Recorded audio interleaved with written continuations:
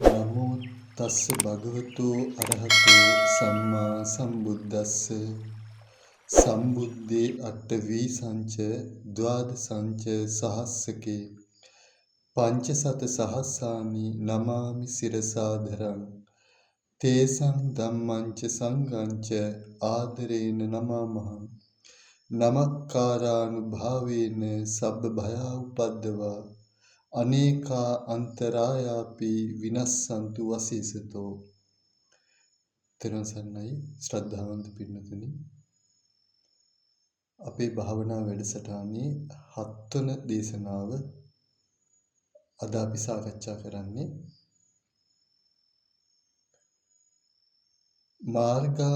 මාර්ගමාදිගමණයට අන්තරාය කර ධර්ම 5ක් තියෙනවා.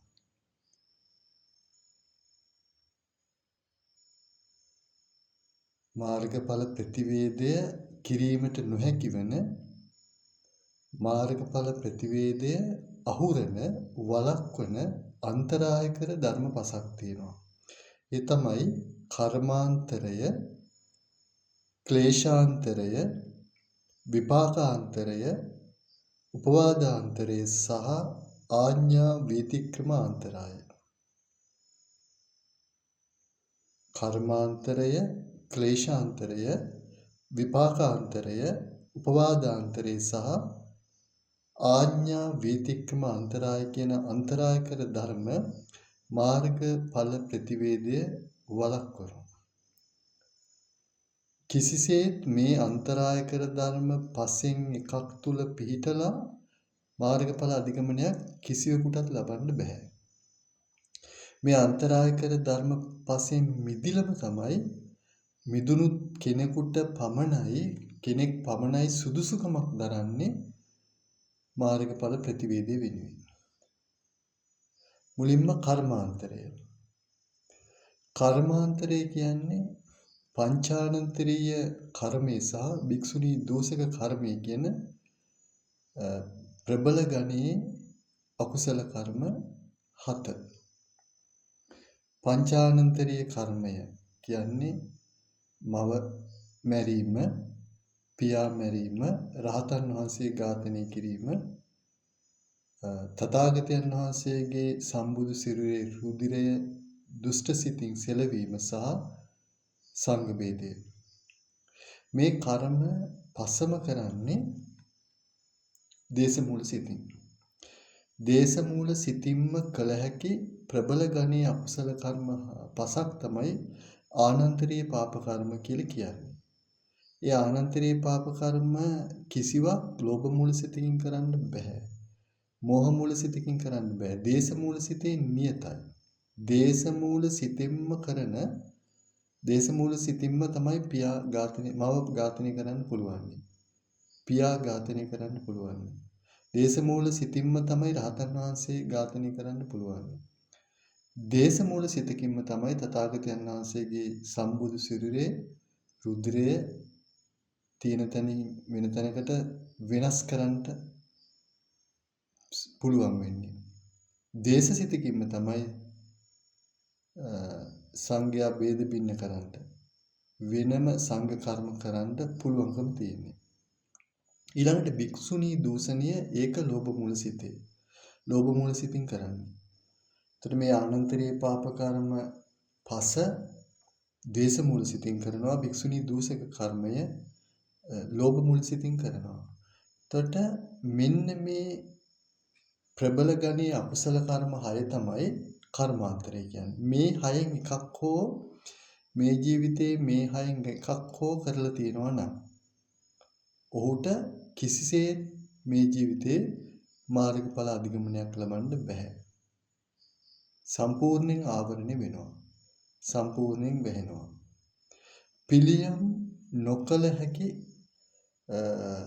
දෙයක් තමයි කර්මාන්තරය. දැන් මෙතන මේ මාර්ගඵල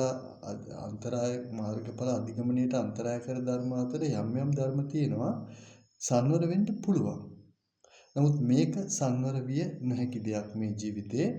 යමෙක් කර්මාන්තරයටපත් වුනොත්, ඒ කියන්නේ ආනන්තරීය කර්ම 5න් එකක් හෝ වැඩි ගණනක් කළොත් හෝ මේ භික්ෂුණී දූෂක කර්මයක් කළොත් ඔහුට යලි සංවර වෙන්න බෑ ජීවිතේ. ඒ කියන්නේ යලි සංවර වෙන්න බෑ කියන්නේ ඔහුට යලි ඒකෙන් මිදිලා ඒ කර්මයන්ගෙන් මිදිලා මාර්ගඵල ප්‍රතිවේදයක් උපදවා ගැනීමට සුදුසුෙක් වෙන්න බෑ. සම්පූර්ණයෙන් ආවරණය වෙනවා. ඊළඟට ක්ලේශාන්තරය.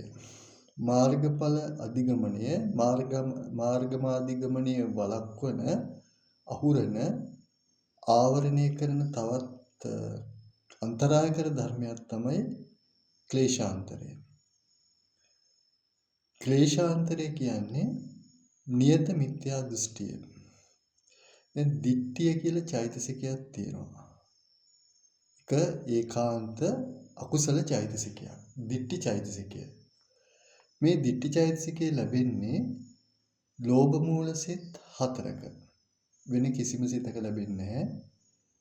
වෙන කිසිම අකුසල් සිතක ලැබෙන්නේ නැහැ.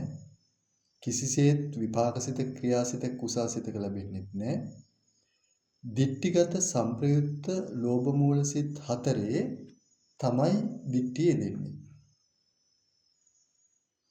දැන් මේ දිට්ඨිගත සංප්‍රයුක්ත ලෝභ මූල සිත් 4 ආරි ශ්‍රාවකයෙක් නොවන යටත් පිරිසෙන් සෝවාන් ශ්‍රාවකයෙක්වත් නොවන සියලු පෘථග්ජනයන්ගේ సంతානේ උපදින අකුසල සිත් 4ක්. දිට්ඨිගත සංප්‍රයුක්ත ලෝභ මූල සිත් 4 කියන්නේ සෝවාන් යටත් පිරිසෙන් සෝවාන් ඵලයටවත් පත් නොවුණු පෘථග්ජන సంతානේ සියලු පෘථග්ජනයන්ගේ సంతානේ උපදින අකුසල් සිත් 4ක්.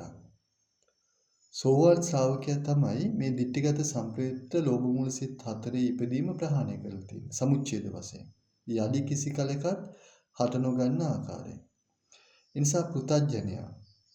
ඒතර පෘථග්ජනයා කොතරම් සිල්වත් වුණත්, කොතරම් ධර්මදරයෙක් වුණත්, කොතරම් බණ භාවනාව කළත් ඔහුගේ సంతානේ මේ දිට්ඨිගත සංප්‍රයුක්ත ලෝභ මූල සිත් 4 උපදින ස්වභාවයෙන් තමයි ඔහු වාසය කරන්නේ. ඒ ඉපදීම වළක්වාගෙන නැහැ. නමුත් දැන් මෙතන මිත්‍යා දෘෂ්ටිය කියන්නේ හැම මිත්‍යා දෘෂ්ටියක්ම නෙමෙයි. දැන් සෝවාන් ඵලයටපත් නොවුණු හැම පෘථග්ජනයෙක්ම සක්කාය දිට්ඨිය යුක්තනේ. එයත් මිත්‍යා දෘෂ්ටියන්නේ.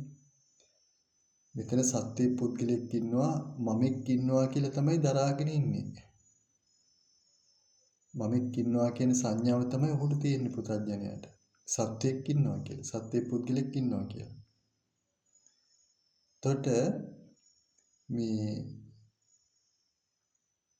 මේ සක්කාය දිට්ඨිය කිසිම පුතඥ කෙනෙක් ප්‍රහාණය කළා නැහැ. සක්කාය දිට්ඨිය ප්‍රහාණය වෙන්නේ සෝවාන් මාර්ග චිත්තයේදී. සෝවාන් මාර්ග චිත්තයේදී සක්කාය දිට්ඨිය ප්‍රහාණය කරන තුරාවට පුද්ගලයා පසුපස සක්කාය දිට්ඨිය විශ්වදෑරුම් සක්කාය දිට්ඨිය ලෝබදිනවා. එතකොට මෙතන ක්ලේශාන්තරය කියන්නේ අහේතුක දෘෂ්ටිය, නාස්තික දෘෂ්ටිය, අකිරිය දෘෂ්ටිය කියන ප්‍රබල ගණයේ නියත මිත්‍යා දෘෂ්ටි. ඒ අහේතුක දෘෂ්ටි, නාස්තික දෘෂ්ටි, අකිරිය දෘෂ්ටි කියන යම්කිසි ක්‍රියාවක් හේතුන්ගෙන් හටගන්නවා නෙමෙයි කියලා දරන දෘෂ්ටි. හේතු ප්‍රත්‍යයෙන් නෙමෙයි ධර්මයන් ඇති වෙන්නේ කියලා අර ධම්මා ධම්මේ සංජනಂತಿ කියන න්‍යාය පිළිනොගන්න කෙනා ප්‍රතික්ෂේප කරන කෙනා ධම්මා ප්‍රත්‍ය ධර්මයන්ගෙන් ධම්මේ ප්‍රත්‍යෝත්පන්න ධර්මයන් සංජනಂತಿ උපදිනවා ප්‍රත්‍ය ධර්මයන්ගෙන් ප්‍රත්‍යෝත්පන්න ධර්මයන් උපදීමක් තමයි ලැබෙන්නේ ඉතින් මොහු එය සම්පූර්ණයෙන් බැහැර කරනවා, ප්‍රතික්ෂේප කරනවා.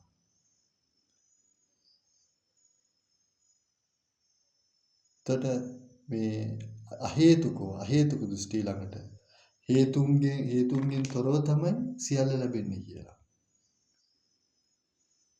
සත්වයා පුද්ගලයා මෙතනින් සම්පූර්ණයෙන්ම මේ සංසාරේ ගමන් කරන සත්වෙක් නෑ, මෙතනින් අවසන් වෙනවා සියල්ල කියලා. නාස්තික දෘෂ්ටි.